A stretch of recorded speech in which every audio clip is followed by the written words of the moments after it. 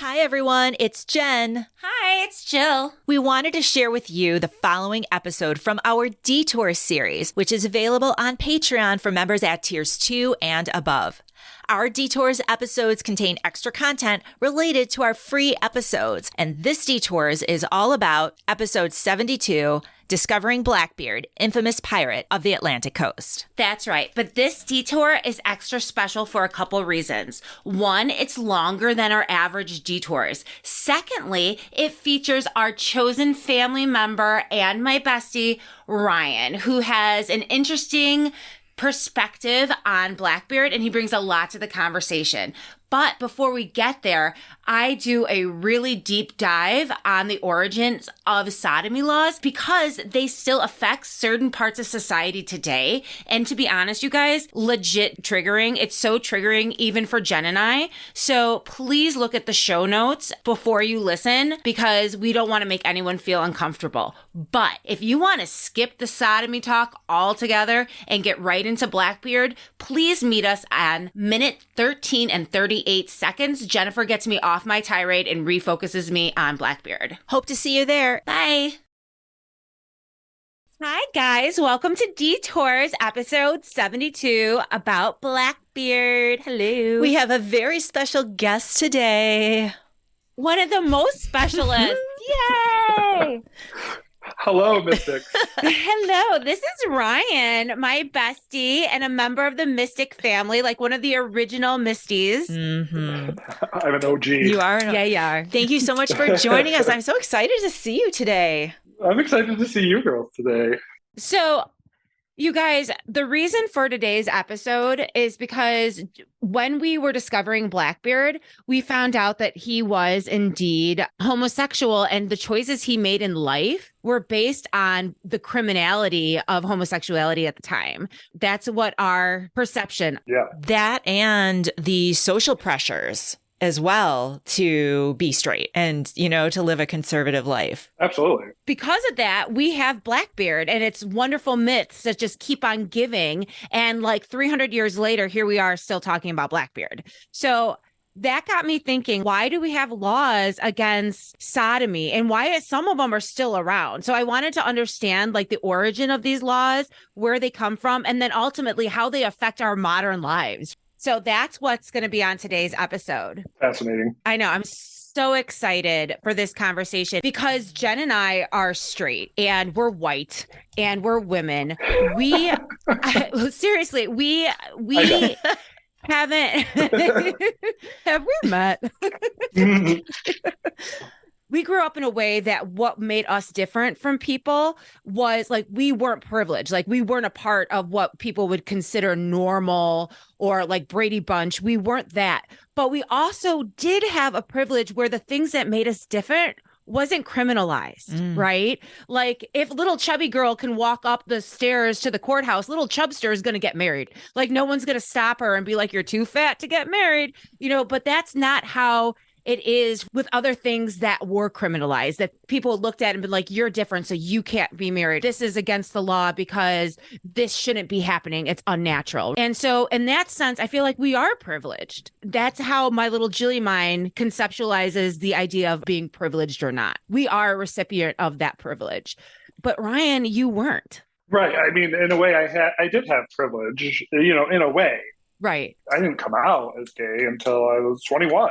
You know, so being a white male, I did see privilege of some degree, right? I was really surprised the origin story of these laws.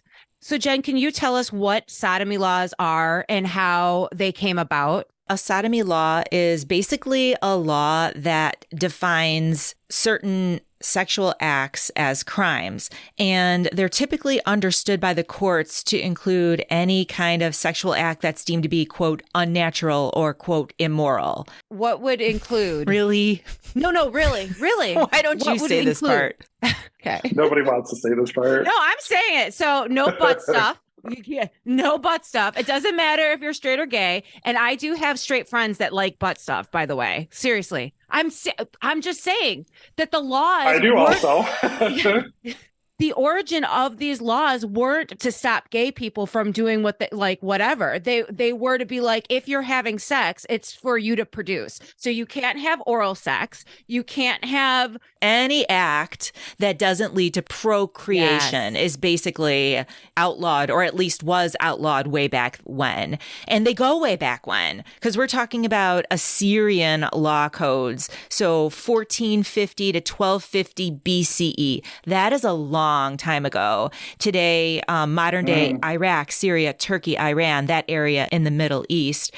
And the punishment for breaking those types of laws was incredibly brutal. There's still places that are brutal today.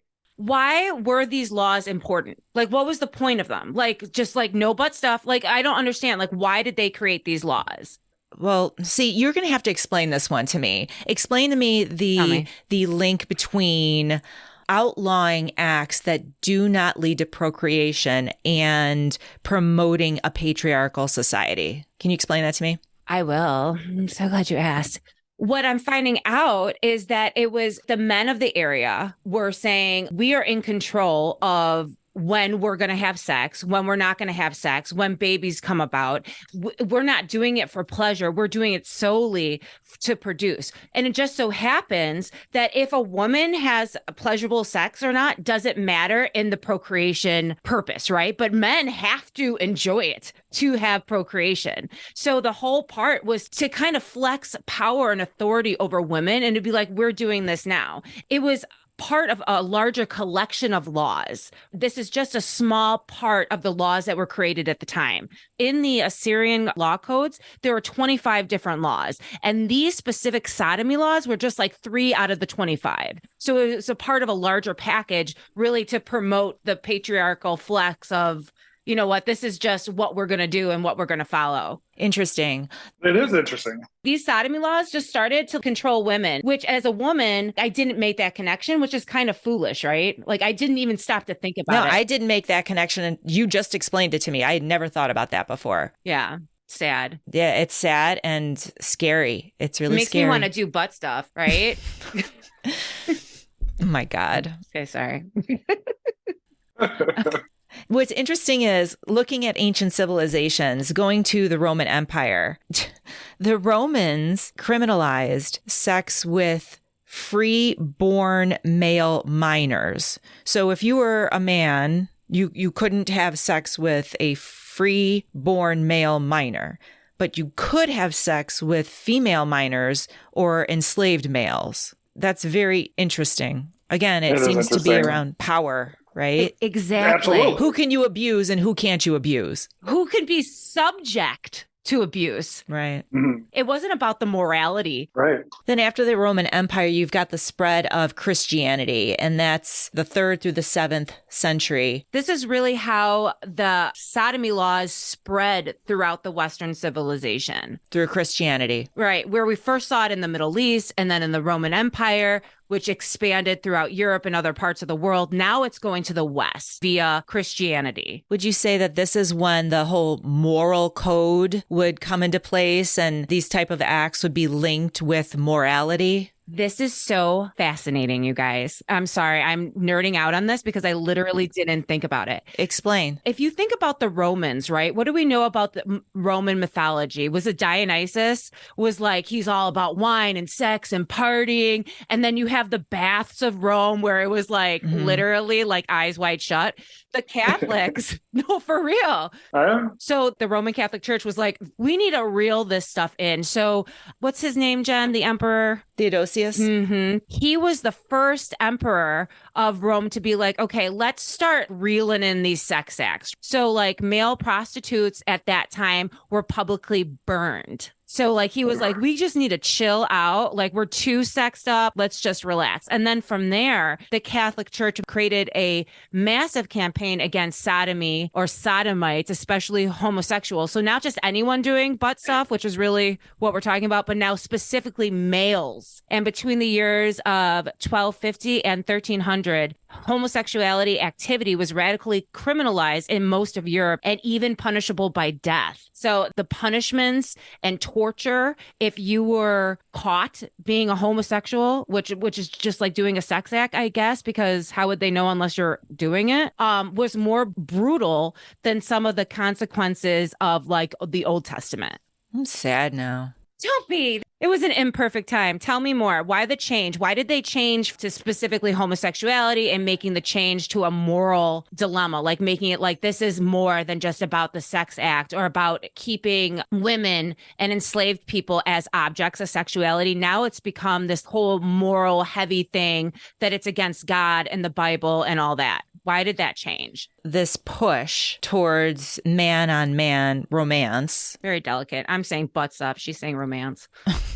Was because you have the clergy, who are a group of men, and you have the monks, who are groups of men living together in the Middle Ages. And the church wanted to make sure that they were celibate. And so it really sprung from wanting those church groups to remain celibate and not be getting it on in the monasteries and in the rectories. Church is never fun.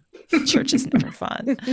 Fast forward to modern times in the United States. Fast forward to our modern understanding of sodomy laws, because if you can believe it, you guys, there are still laws on different constitutions around the country.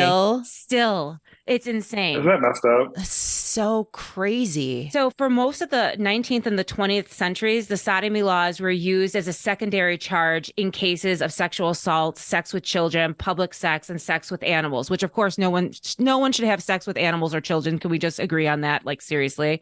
But why that equivalency makes me angry. Like, you know what I mean? Like, why bring that up? Yes. And a lot of times I fall victim to that trap because I'll be talking to someone and they'll be like, well, how do you feel about child molestation? I'm like, what? And I felt like, of course I'm not for it, but why are you bringing it up in this conversation? Because it's an umbrella talking point, right? Like, it's disturbing. And it's distracting. We're not talking about let's have sex with children. We're talking about let two consenting adults express their love in a physical way. Yes. So during the 1960s, a lot of notable things were happening within the LGBTQ plus community. And we didn't call it that then. But also civil rights in general in the 60s. Yeah. And part of that was Illinois was like the first state in the nation to repeal the sodomy laws. So I just want to give my hats off to the land of Lincoln. Our homeland.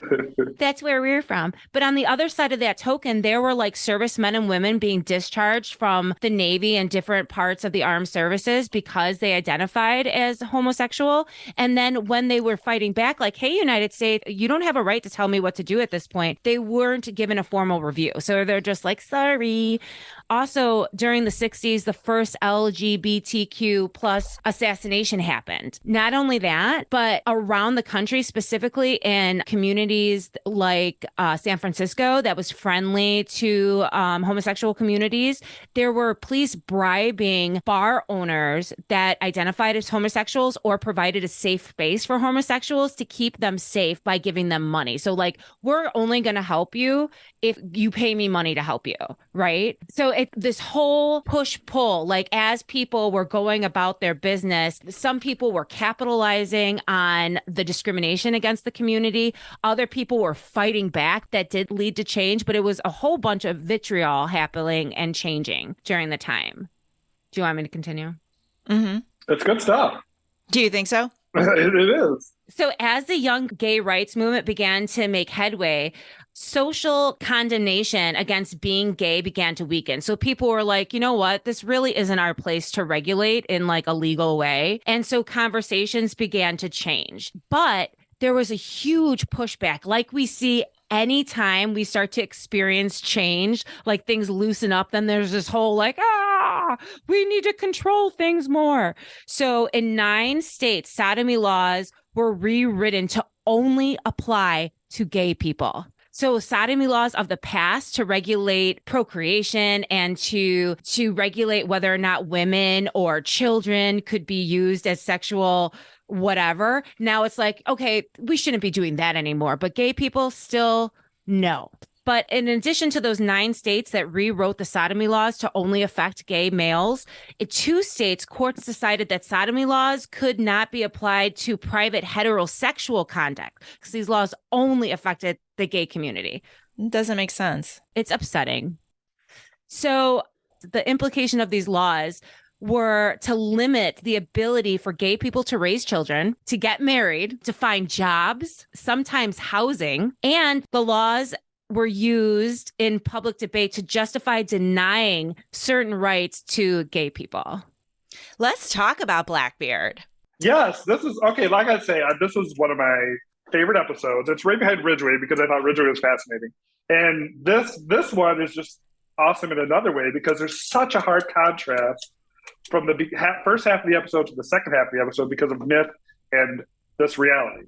And it's funny because I'm going to have to get a redemption moment here of what did I call it? The circus bear. The social elite circus bear. That is like my favorite thing now. Social elite circus bear is the best thing I've ever heard in my entire life. You need to explain this to me because I have no idea what this means. The three of us were on this conversation. I was sitting in my truck, and you were describing it to me.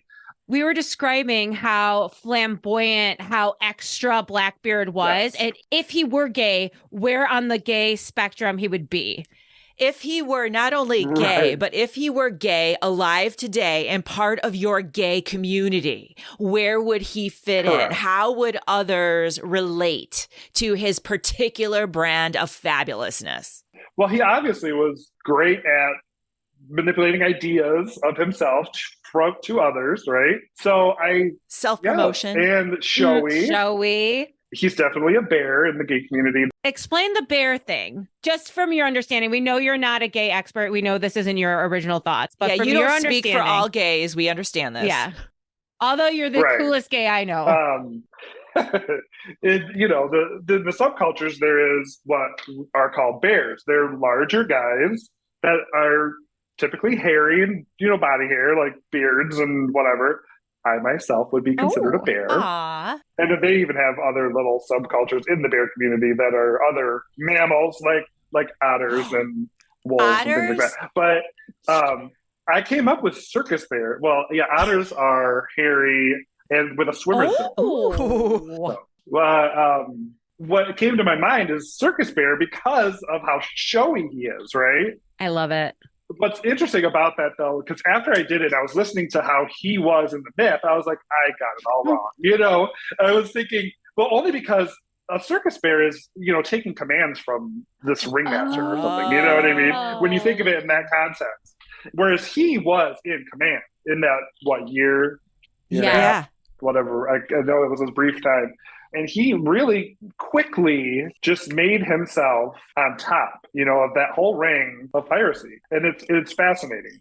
So when I was researching and learning about Blackbeard and then who the man was, Edward Teach or Thatch, depending on what spelling you're going with, I was so surprised that he would give up a life of privilege and a life of luxury, life of wealth on a plantation and give away his inheritance and live on a ship. It's fascinating. Which would have been dangerous. And it was well known that if you were a pirate, you didn't have a long life. Like you were signing up for, a short existence. And that really surprised me. Does that surprise you from your lens? Like the choice that he made or no? It doesn't surprise me. It doesn't. No. Wow. Because kind of if you put yourself in his shoes, if you decide is money worth it, right? Is money and comfort worth, or are you finally had enough and you want to be yourself?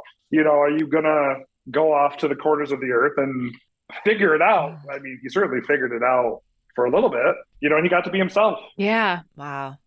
What about the wives? There was a lot of... The wives? Yeah, a lot of the legend was like he had 14 wives and 12 of them were alive at the same time. And he would stop at a port and he would get a woman and he would marry her and then he would just put her on, cut her loose and let her go and then pick up the next woman. What do you think of that behavior given the rest of what was happening in his world? It certainly sounds like a show, right? It does sound like beard, like it's a beard. And, and keeping up his reputation, that's the biggest thing I think he had to worry about was keeping up the reputation. The reputation of being virile and manly and super straight. Right. Like, not only does he do this over here, he's taking over these ships, blah, blah, he's running through the women. It reminds me of the Tudors. If you look at like a picture of King Henry VIII, like his legs are big, his crotch is like pronounced because it's like, it's a symbol of power. It was like the whole bravado thing. That's what that reminds me of.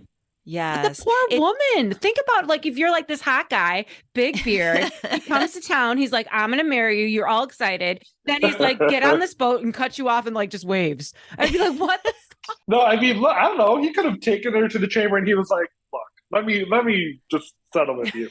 I'm gonna cut you loose. You know what I mean? Here's some money. Here's some gold. This was just for a show. I really don't think that he did that for real. I think that was all part of his smoke and mirrors, all part of this legend of him to explain why he wasn't married, explain why he wasn't with a wife, because he's too insatiable to have just one woman, right? Even the legends about how he would force himself upon the merchants' daughters and the farmers' daughters, I don't think that's true either. I think that was just another myth that they propagated to keep people afraid of him. Because if you're afraid, you're not going to ask questions. You're not going to try to get to know the man. You know what I mean? Because he is fearsome and dangerous. So you close your door when he's in town and you lock your daughters away. Very interesting. What were you saying? I was thinking of something, but I got so captured in what you were saying. I think about how that story that I'm forcing myself. It shows the power play in that sexuality that was really the cause of sodomy laws in the beginning, right? So that idea of controlling sex, or if you're the person propagating sex, you're the one in control, is something that we see over and over again in a different context. And the fact that a gay man living for 2 years as like a notorious pirate is still relevant in pop culture today. If you're not Blackbeard for Halloween, I'm going to beat you up because you really, that would be amazing. Amazing. Can I put you as one of my wives? I wanted to be the bird. I wanted to dress up like a parakeet or something. There's something else I wanted to ask you about. Okay, after Blackbeard was killed in that final battle and they rounded up all the pirates that were on his team, right? Or that supported him, were on his ship, were on his crew. And they were telling stories. And this one stuck with me. And I want to ask you guys what you think. There's one story in particular where they said a random figure would be seen on the ship. And you wouldn't know where the figure came from and you wouldn't recognize him. And they whispered among themselves that it was the devil himself. Come to Blackbeard's ship because it's the one place on earth that's as bad as hell. What do you think of that particular legend that they were telling about spotting a figure, an unknown figure on the ship? Ryan, you go first. Okay. So the first thing that popped into my mind was it was a lover. It was this male lover. Yes. And whether or not it's either the crew was keeping his secret by saying that story, or he also was enough of smoke and mirrors to them, telling them that he was the devil. And this person would maybe appear here and there. I mean, because it's impossible to hide, right, on the ship for the whole time. And, maybe Blackbeard would even convince them that I have the devil himself on this ship. And the devil made me do it. Let's just say if you were going to be a pirate and you didn't identify as gay and you were on the boat, kind of like gay for the stay. And then like this devil came up and made me feel so good. And then we just did it and it must have been the devil. The devil made me do it. Oh, wow. I didn't think of that, Jill, but I was with Ryan the whole time. That's exactly what I was thinking. And I think that it was probably a little bit of all of that. Mm-hmm. Like, I think there was a small group around him who knew exactly what Blackbeard was about and wanted to protect him by telling the story. And I think that there were other crew members who maybe weren't as close in his inner circle who were maybe afraid when they saw random men, Sure. And if you're afraid, you're not going to go up to them and be like, who are you and what are you doing here? Because rumor is it could be Satan himself, right? Right. So, but yeah, Jill, I hadn't thought of that. That is interesting. Is that dark? Too dark? I think all of those things are true. I mean, come on, you guys. If you're not getting loving for a amount of, like, it's very easy to like succumb to that, right? Like, we're not gonna lie. So if you're not identifying that way and that happens, then fine. You know what I mean? Like the devil made me do it. But if you were identifying as like, this is fun for me, I don't even think they would be like gay or not. I just think this is what we're doing now. Like, this is fun. We're on a ship together. Right. Yeah. Right. What else are you going to do? Exactly. You don't want to know who that guy is anyway. You don't want to have to look at him pulling the, the plank up. You know what I mean? The things we just did, you're going to keep the light off, right? You're not going to be questioning like, Paul, is that you? Yeah. Do you think that Edward Teach, Blackbeard, do you think his family knew why he joined the Navy and then turned to piracy? Do you think they knew that he was homosexual, perhaps? I think it would be hard not to know something like that when you're family. I agree with you 1,000%. And then and who knows, maybe his monetary to the family was an agreement he had with his stepmother. Ooh. You know what I mean? Where he was in Jamaica, right? Yes. He was born in England, but his family went to Jamaica to make a fortune there because that's where you could get a plantation, work it cheap with slave labor and make money. And that's exactly what they did. So I wouldn't be surprised if Jamaica was always heavily anti-gay, or having sodomy laws, because you could probably look it up, but it's known as one of the most dangerous places for gay people to travel to. You're kidding. No, it's probably the third in the world. So last I knew, and this was when I traveled there a few years back, and we were with my husband's family. And I was like, I don't know about this. And they do punish their own people. Oh my God. I know. So I wouldn't be surprised if that's just a long, steep history. You know what I mean? I had no clue. I had no clue at all. Wow. Jill, do you have any other questions for Ryan about Blackbeard? I do. Ryan, growing up, or even when you were older, did you ever suspect that Blackbeard was gay? Or like, like Johnny Depp's character on Pirates of the Caribbean, did that seem Captain Jack? Yeah, did that Captain Jack Sparrow? Like, did that seem Captain Hook? Captain Hook, Captain Hook was probably a better one for me to recognize from my youth, whereas I really wasn't into the Sparrow the Pirates of the Caribbean movies. We weren't really either.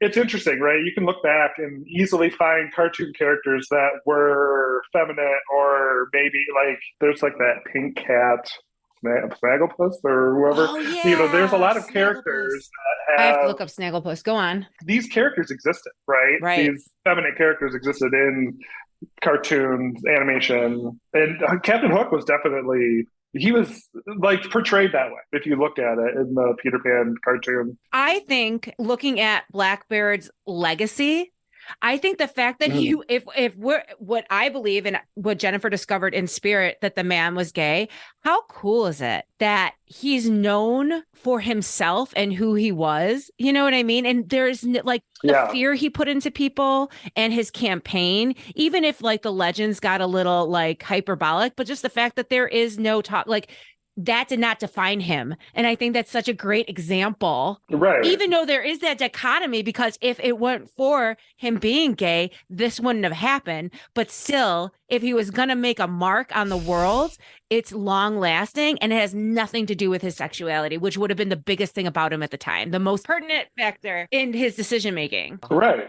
You gave me goosebumps, Jill. It is fascinating. I think it's great that, he came to Jennifer and was like, we need this validation of the story that is out there. It was already discussed by historians, and it's like he finally feels like he can come out of the closet, right? Does feel like that. And he's doing it in this way.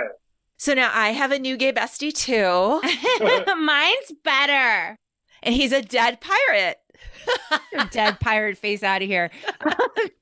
But I feel like if we end on that note, how hopeful it is that if we look at history and its arc towards where we're heading, that Blackbeard can finally come out of the closet, that there are less need for communities to be established for safety around to keep these people safe. Mm-hmm. Hopefully. Absolutely. I think we're moving in the right direction. You just got to keep fighting the good fight. What else do you want the people to know before we let you go, Ryan? Oh my gosh.